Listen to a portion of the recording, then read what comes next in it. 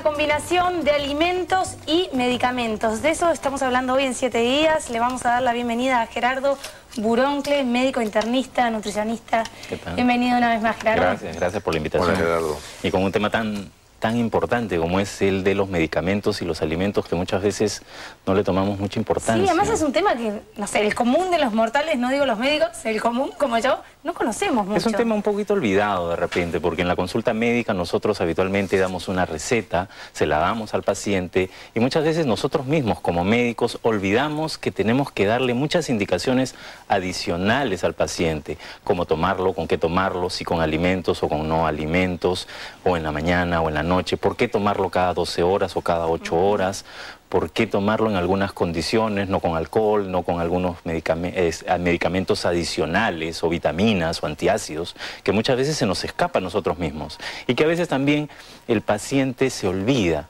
Y que también debería el paciente de una u otra manera preguntarle al médico: doctor, ¿y me puedo tomar con algún alimento adicional o mejora o empeora la absorción?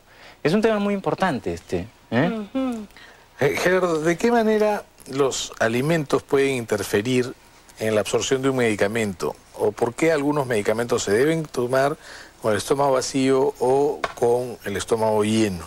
Hay alimentos que definitivamente se absorben de mejor manera con el estómago vacío, por ejemplo, como algunos antihipertensivos, el captopril, por ejemplo, que toman algunas personas, los antihistamínicos, se absorben de mejor manera con el estómago vacío. Hay otros medicamentos, los antiinflamatorios, por ejemplo, que si bien no interfiere el alimento, es necesario que el paciente lo consuma con alimento, porque son irritantes de la mucosa gástrica. Entonces, para evitar eso, a los pacientes se les dice que tomen estos medicamentos con un alimento adicional o a la hora de los alimentos. ¿Cuáles son los errores más comunes que solemos Los errores cometer? más comunes sí son tomar vitaminas, por ejemplo, junto con medicamentos. Yo tomo de repente un antihipertensivo, un antihistamínico, tomo un antibiótico y lo tomo junto con una vitamina, vitamina E, vitamina C, vitamina B. Generalmente las vitaminas interactúan un poco por los minerales que tienen e impiden la absorción o disminuyen la absorción del medicamento o del principio básico del medicamento. Otra cosa que hace mucho la gente... ¿Pero hay que dejar de tomar por completo vitaminas o no tomarlas con una diferencia de horas? No combinarlos, no tomarlos a la vez, por ejemplo. Okay. Si yo me voy a tomar una vitamina D, por ejemplo, un calcio con vitamina D, es preferible que lo tome de repente en la mañana, mi pastilla antihipertensiva 1 hora después, o al revés, o de repente tomarme la vitamina a media mañana. Ahora, ¿solo con las pastillas hipertensivas o con alguna otra? Los antiácidos también son otros medicamentos que bloquean mucho la absorción del medicamento a nivel gástrico e intestinal. Hay que recordar que hay muchos medicamentos que tienen apellido, ¿no es cierto, Pepe?